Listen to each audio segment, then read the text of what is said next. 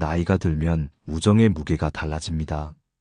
젊을 땐 당연히 함께할 줄 알았던 친구들이 어느새 병원에 눕거나 소식조차 끊기는 경우가 많지요. 그래서일까요? 나이 50이 넘으면 누가 진짜 내 옆에 있어줄 사람인지 다시 돌아봐야 합니다. 오늘은 인생 후반, 우리가 꼭 곁에 두어야 할 좋은 친구는 누구인지, 반대로 절대 가까이에서는 안 되는 사람은 누구인지, 그리고 새로운 인연을 어떻게 맺어야 하는지 차근차근 이야기 나눠보겠습니다. 여러분도 들으시면서 아, 내 얘기네 하고 고개 끄덕이실 순간이 분명히 있을 겁니다. 나이가 50을 넘기고 나니 사람 관계가 예전 같지 않다는 걸 뼈저리게 느낍니다. 예전에는 연락만 하면 언제든 만날 수 있었던 친구들, 함께 웃고 떠들던 사람들이 이제는 하나둘 아프다는 소식을 전해옵니다. 어떤 친구는 병원 신세를 오래 지고 또 어떤 친구는 갑작스럽게 세상을 떠나기도 합니다. 그럴 때마다 마음이 참 허전합니다. 우정이라는 게 예전처럼 당연한 게 아니구나. 그냥 옆에 있다는 것만으로도 얼마나 큰 복인지 나이가 들어서야 깨닫게 됩니다. 50 이후의 삶은 떠남이 많아지는 시기라고들 합니다. 부모님이 세상을 떠나기도 하고 자식들은 각자 가정을 꾸리며 멀어지고 직장에서는 퇴직이라는 이름으로 동료들과 헤어집니다.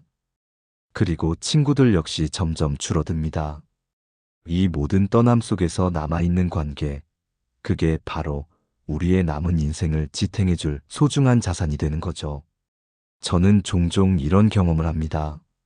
오랜만에 동창 모임에 나가면 잊고 있던 옛 기억을 친구가 먼저 꺼내줍니다.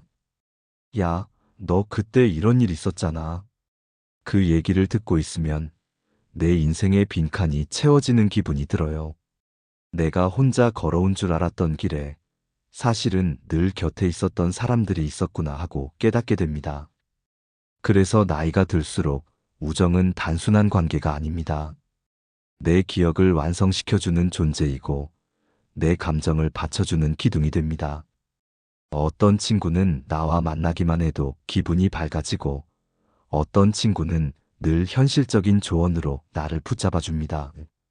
반대로 어떤 사람과 만나면 괜히 마음이 무거워지고 기운이 빠지기도 하지요. 결국 누구와 함께 하느냐가 내 감정의 색깔을 결정합니다. 그리고 중년이 된 지금, 저는 또 하나의 우정을 경험합니다. 바로 세대를 넘나드는 우정입니다.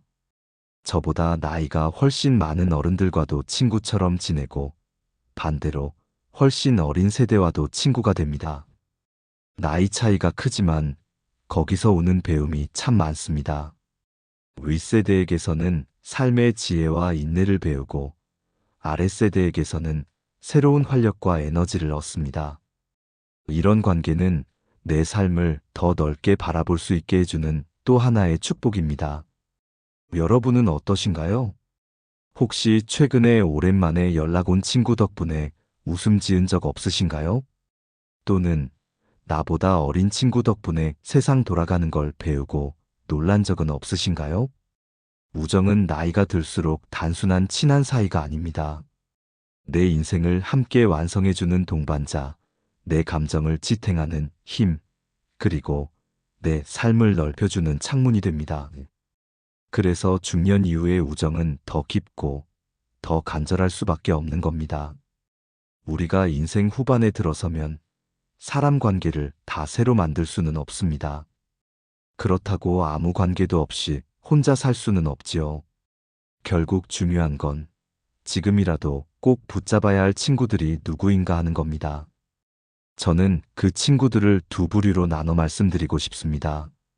하나는 슈퍼 친구, 또 하나는 삽 친구입니다.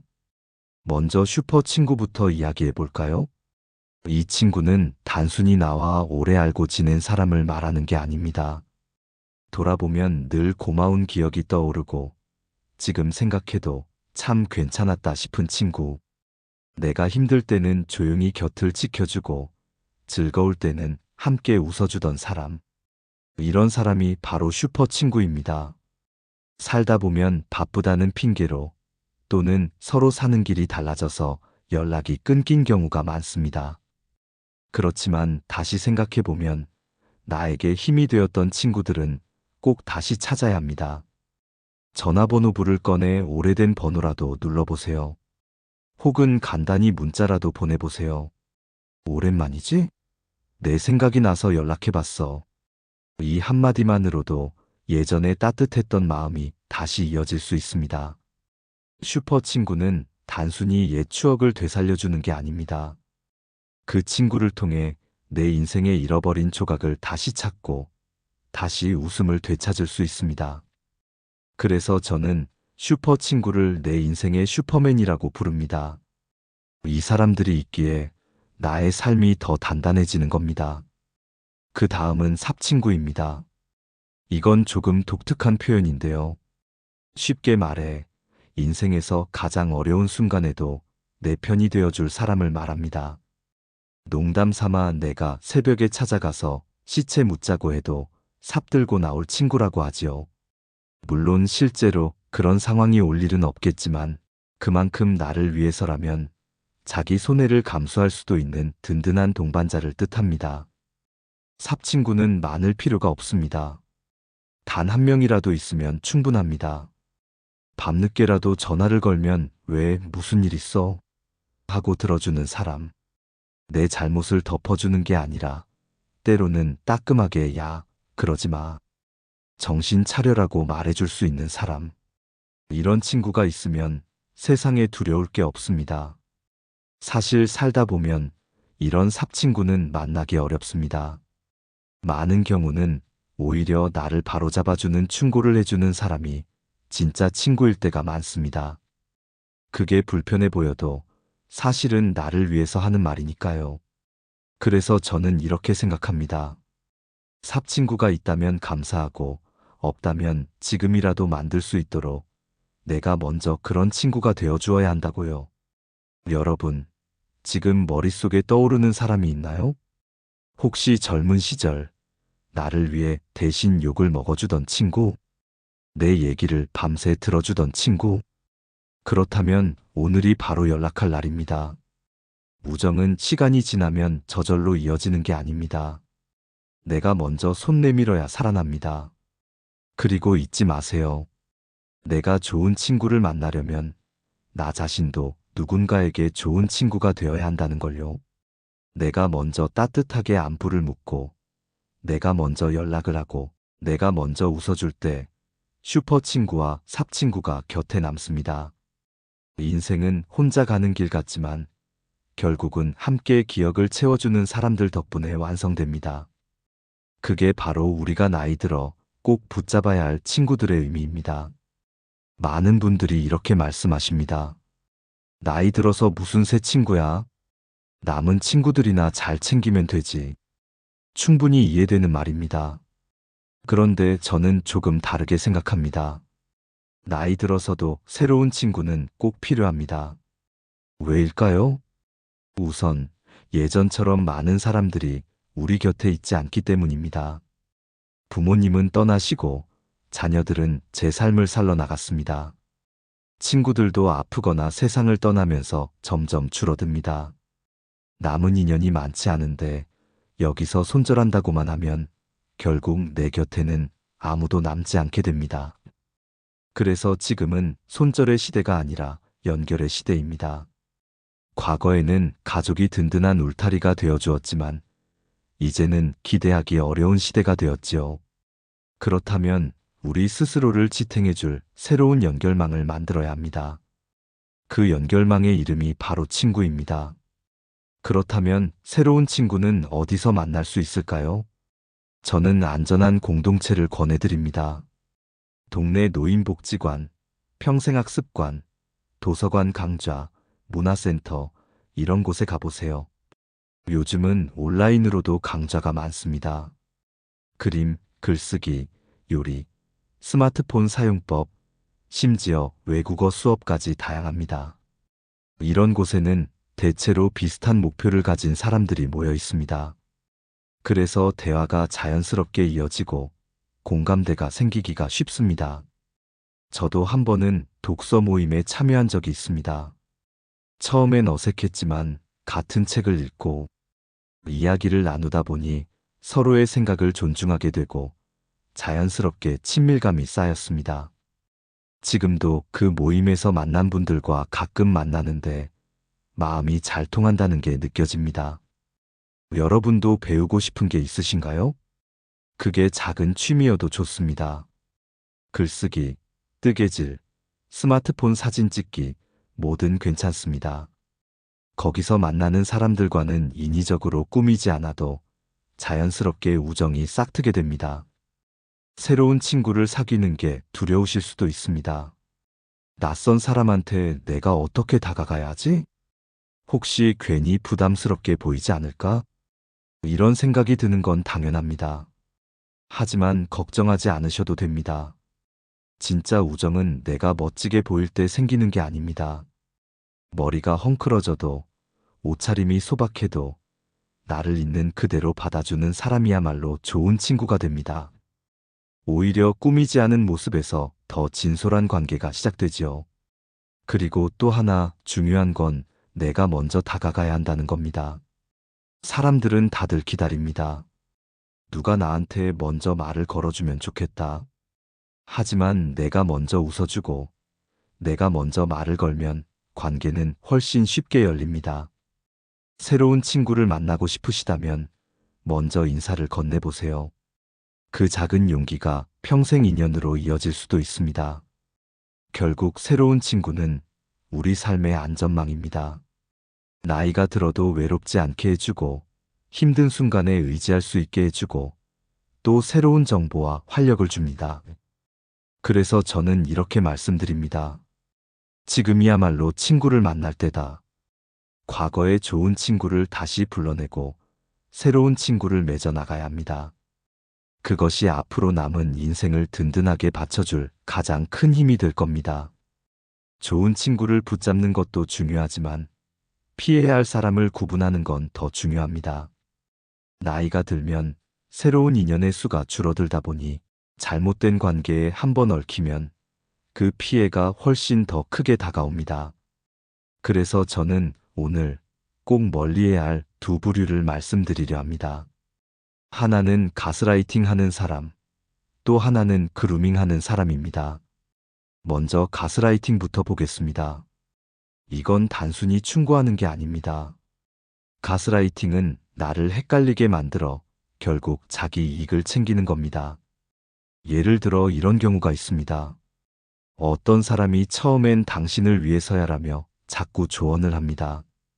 그런데 들을수록 나는 점점 작아지고 내 판단은 믿지 못하게 되고 결국 그 사람 말 없이는 아무것도 결정 못하게 됩니다. 그 사이 그 사람은 돈이나 감정적인 지배 같은 이득을 챙기지요. 더 무서운 건 가스라이팅은 착한 사람들이 잘 당한다는 겁니다. 거절 못하는 사람, 남 상처 줄까봐 늘 걱정하는 사람, 어릴 때부터 억압 속에서 자라 아니오라고 말하기 어려운 사람들. 이런 분들은 강한 말 앞에서 쉽게 휘둘립니다. 혹시 떠오르는 얼굴이 있습니까? 만나고 나면 늘 내가 잘못한 것 같고 그 사람 말이 없으면 불안해지고 결국 내가 손해만 보는 관계. 그렇다면 그건 그냥 안 맞는 게 아니라 가스라이팅일 수 있습니다. 이럴 때는 혼자 해결하려 하지 말고 믿을 만한 사람이나 전문가에게 상담해 보세요. 중요한 건 이런 관계는 절대 내가 바꿔보겠다고 해선 안 된다는 겁니다. 답은 하나 멀리하는 것입니다. 두 번째는 그루밍입니다. 이건 더 교묘합니다. 원래는 미성년자를 속여 착취하는 범죄에서 많이 쓰이는 말인데 성인에게도 똑같이 일어납니다. 그루밍의 특징은 외부와 단절입니다. 주변 사람들과 멀어지게 만들고 다른 정보는 차단하고 오직 자기 말만 믿게 만듭니다. 그러면서 결국 내 돈, 내 몸, 내 삶까지 지배하려 합니다. 이게 꼭 성적인 형태로만 나타나는 게 아니라 돈 문제, 종교, 심지어 친구 관계 안에서도 발생할 수 있습니다. 더 무서운 건 당하는 사람은 대개 스스로는 모른다는 겁니다. 나는 괜찮아. 나는 그럴 리 없어라고 생각하지만 주변 사람들은 이미 눈치챕니다. 그래서 자꾸 그 사람 이상하다, 조심해라라는 이야기가 들려오는 거죠. 여러분, 기억하십시오. 주변에서 세 사람 이상이 같은 경고를 한다면 그건 정말 위험 신호입니다. 믿고 싶지 않더라도 그땐 귀 기울이셔야 합니다. 그리고 결단을 내려야 합니다. 가스라이팅과 그루밍은 절대 내가 이길 수 있는 상대가 아닙니다. 이미 그 사람의 틀 안에 들어가 있기 때문입니다. 이럴 땐 자존심 내려놓고 그냥 도망가는 게 답입니다. 도망가는 게 비겁한 게 아닙니다. 그건 내 삶을 지키는 가장 현명한 방법입니다. 나이가 들수록 관계의 폭은 줄어듭니다. 그래서 더더욱 남은 인연은 건강해야 합니다. 좋은 친구 하나는 내 인생을 살리고 나쁜 친구 하나는 내 인생을 무너뜨립니다. 이 차이를 반드시 기억하시길 바랍니다.